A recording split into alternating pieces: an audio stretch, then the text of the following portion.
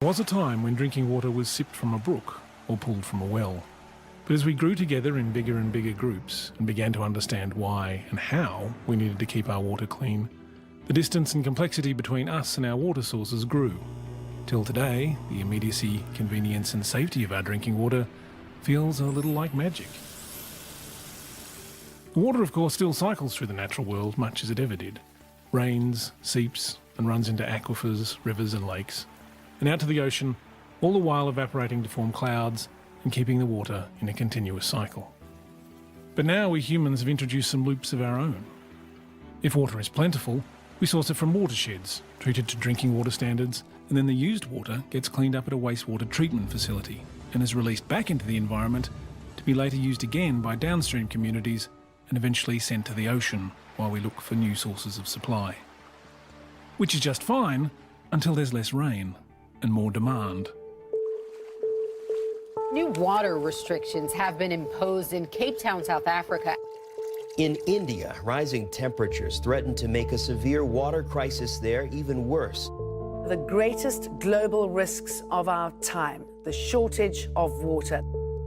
By 2050, the United Nations says more than 5 billion people could be facing water shortages across the globe. Then the most sustainable source of water for our thirsty city may not be removing the salt from seawater or pumping water long distances, but to reuse the used water that we normally just discard. Take the nation of Namibia in the southwest corner of Africa. It's named for the Namib Desert, which is one of the oldest deserts on Earth. And yet Namibia's capital, Windhoek, isn't dying of thirst. Windhoek found a radical source of water that's abundant and available to a city of any size, no matter how dry. Here, you'll find a facility with a unique mission.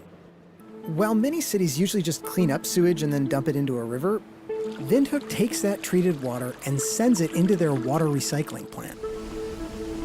There's a system of tanks and pipes where any leftover solid matter gets filtered out, microorganisms are killed off, and even antibiotics and hormones get broken down.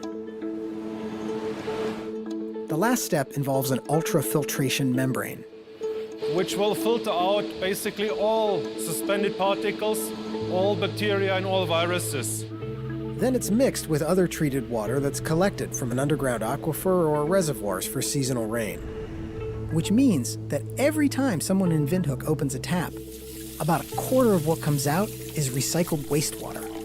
The system is monitored around the clock, and the water is continually tested, both in the facility and in samples sent to independent labs.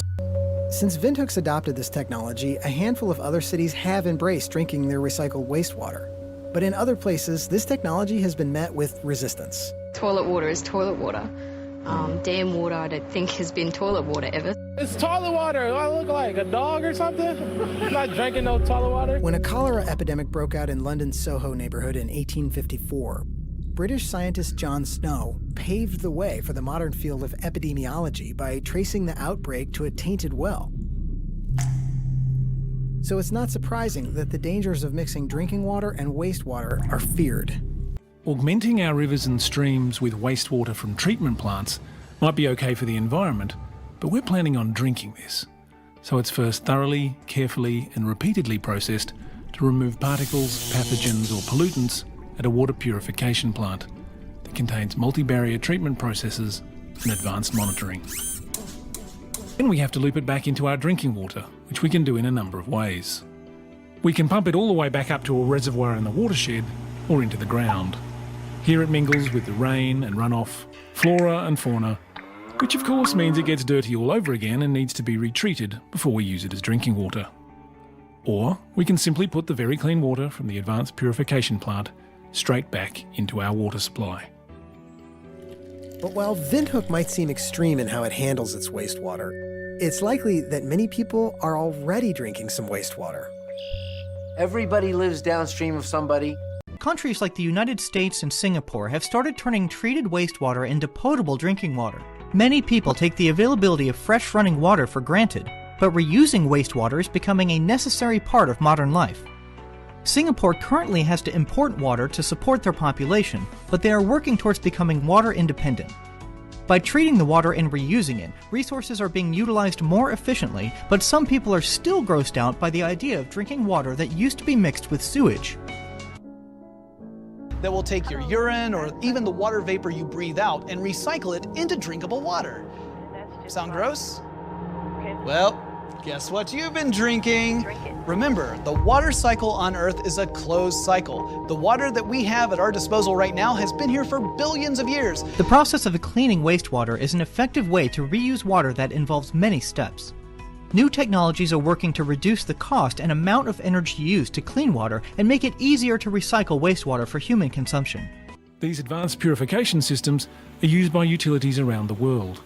All these systems carefully process and test our water supply to ensure standards are met.